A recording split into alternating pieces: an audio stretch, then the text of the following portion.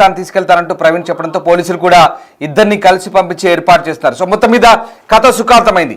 కీసర నరసపల్లి విలేజ్లో జరిగిన ఈ వ్యవహారం కిడ్నాప్ వ్యవహారం ఇప్పుడు ఎండ్ కార్డు పడింది. కథ సుఖాంతమైనట్టుగానే కనబడుతోంది.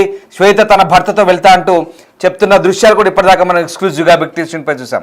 రైట్, మా ప్రతినిధి పాపన్నతో జైనదం. పాపన్న, ఇప్పటిదాకా మనం చూపించాలి స్క్రీన్ పై ఎక్స్క్లూజివ్గా శ్వేత తన భర్తతో కలిసి ఉంటారంటూ పోలీసుల ముందు చెప్పింది. ఖచ్చితంగా భర్తతోనే వెళ్తానని చెప్పింది. సో మొత్తం మీద ఈ వ్యవహారంలో పోలీసులు సయోధ్య కుదిర్చినట్టేనా? ఈ వ్యవహారానికి శుభం కార్డు పడ్డట్లేనా? అక్కడ ఉన్నటువంటి చుట్టుపక్కల వాళ్ళు, అతను ప్రవీణ్ బంధువులు వీళ్ళంతా ఏమంటున్నారు? ఒకసారి శ్వేత పోలీస్ స్టేషన్లో ఒప్పుకున్న విషయాన్ని కూడా వాళ్ళతో మాట్లాడి చెప్పి ఒకసారి ఏమనుకుంటారో చెప్పే ప్రయత్నం చేయండి. రైట్, దీనికైతే శుభం కార్డు పడ్డట్టే తెలుస్తుంది. ఎందుకంటే శ్వేత వాళ్ళందరి సమక్షంలో, పెద్దల పోలీసుల సమక్షంలో కూడా నేను మా అబ్బాయితో అంటే ప్రవీణ్ తోటే వెళ్తానంటూ ఒప్పుకోవడంతో ఇదంతా కూడా ప్రశాంతమైన వాతావరణం నెలకొంది. ఇప్పుడే అంటే లోపల పోలీస్ స్టేషన్ లోపల ఈ చర్చలు జరిగాయి.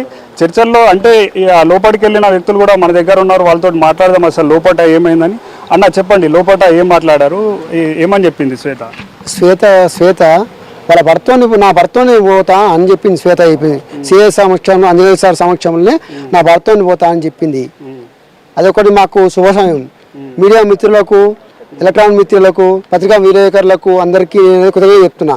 అలాగనే మన పోలీసు వ్యవస్థకి ఇట్లా సిఐ సార్ కానీ, ఎస్ఐ సార్ కానీ నేను కొత్తగా చెప్తున్నా. అంటే ఇప్పుడు శ్వేత కంప్లీట్గా మీతో వస్తాను ఒప్పుకున్నా ఇప్పినయ్యా మా పరీక్షలు సిఐ సార్ సమక్షంలో. ఇంతకుముందు మేము ఏమనుకున్నామంటే నిన్న మార్నింగ్ 8 o'clock తీసుకెళ్లారు సార్. 8 o'clock తీసుకెళ్ళినప్పటికీ ఆ పేరెంట్స్, అమ్మాయి వాళ్ళ పేరెంట్స్ అమ్మాయిని చేంజ్ చేయడము, మేము విషయం దాకా చనిపోతాము, మా సైడ్ కరెక్ట్ మాట్లాడుతూనే మేము అందరం ఫ్యామిలీ మొత్తం బతుకుతాము అన్న ఒక భయం ఏమైనా పెట్టుంటే అమ్మాయి ఇక్కడికి వచ్చిన తర్వాత నువ్వు అబ్బాయితో పాటు వెళ్తే మేము అందరం ఫ్యామిలీ మొత్తం చనిపోతాము అని ఒక భయం పెట్టిరేమని ఇప్పటి వరకు మేము ఊహించినాం సార్.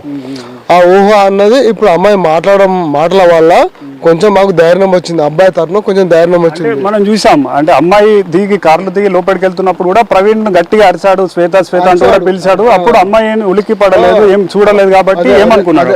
అదే నేను చెప్పబోయేది. అమ్మాయి కార్లోకి వెళ్ళి తీసుకెళ్లేటప్పటికి అబ్బాయి చాలా అరిచాడు. ఆ అమ్మాయికి ఒక ప్రేమ అనేది ఉంటే ఫస్ట్ పిఎస్ లోపలికి వెళ్ళకుండా ఆ అబ్బాయి దగ్గరికి ఫస్ట్ వచ్చి అగ్గియాలి. ఆ అగ్గియలేదు కాబట్టి మాకు కొంచెం డౌట్ వచ్చేసింది. ఎందుకంటే ఈ అమ్మాయి వాళ్ళ పేరెంట్స్ తరఫున అటు చేంజ్ అవుతుందా, వాళ్ళు ఏదైనా భయం పెట్టిరా, మేము విషయం దాకా చనిపోతాము, నువ్వు అటు సైడ్ పోతా అంటే మేము చనిపోతాం, ఫ్యామిలీ మొత్తం చనిపోతాము అన్న ఒక భయం పెట్టిరామని మేము అనుకున్నాం సార్. ఇప్పటి వరకు అమ్మాయి మాత్రం ఎవరికి కాంటాక్ట్ కాలేదు. ఇప్పటికీ లోపలికి వెళ్దామంటే మాట్లాడనివ్వలేదు పిఎస్ వాళ్ళు. ఏమున్నా అబ్బాయి భర్తను ఒకరిని పిలిచారు. ఆ అబ్బాయి చిన్నపిల్లాడు, వాడు ఏం మాట్లాడుతుండు, ఏం చెప్తుండు, వాడు చాలా సీరియస్ అయిపోయాడు. దెబ్బలు కొట్టడం వల్ల చాలా వీక్ అయిపోయాడు. దానివల్ల ఏం మాట్లాడుతుందో అర్థం కాలే. అమ్మాయి ఇటు సైడ్ మాట్లాడుతుందేమో అని మేము అనుకున్నాము. ఇప్పటికూ కొంచెం డౌట్ ఉంది. అలా పేరెంట్స్ ఏం చెప్పారు, రేపు పొద్దుగా ఆమె రిజల్ట్ ఏం చెప్తుంది అన్నది ఇప్పటికి కూడా మాకు అర్థం కావట్లేదు. ఆ అమ్మాయి ఇక్కడ సైడ్ మాట్లాడితే అందరికి ఊరు మొత్తానికి క్లారిటీ సార్ అది. ఎందుకంటే మేము కోరే ఒకటే, ఒక దంపతులు విడదీయద్దు. వాళ్ళు చాలా దెబ్బలు తిన్నారు, చాలా ఇబ్బంది పడ్డారు. అప్పట్లో స్టార్టింగ్ 3 months పెళ్లి అయ్యే ముందు కూడా మేము అనుకున్నాము. అప్పటికి అటు వీక్వల్ మాట్లాడాము, ఇటు అమ్మాయి తరఫునే మాట్లాడాము మా ఊరు మొత్తము. ఎందుకంటే ఎవరికైనా అబ్బాయి అంటే వదిలేసేద్దాం. అమ్మాయి ఏ ఊర్లోనో అమ్మాయి అంటే అమ్మాయికి ఫస్ట్ ఇంపార్టెంట్ ఇవ్వాలి.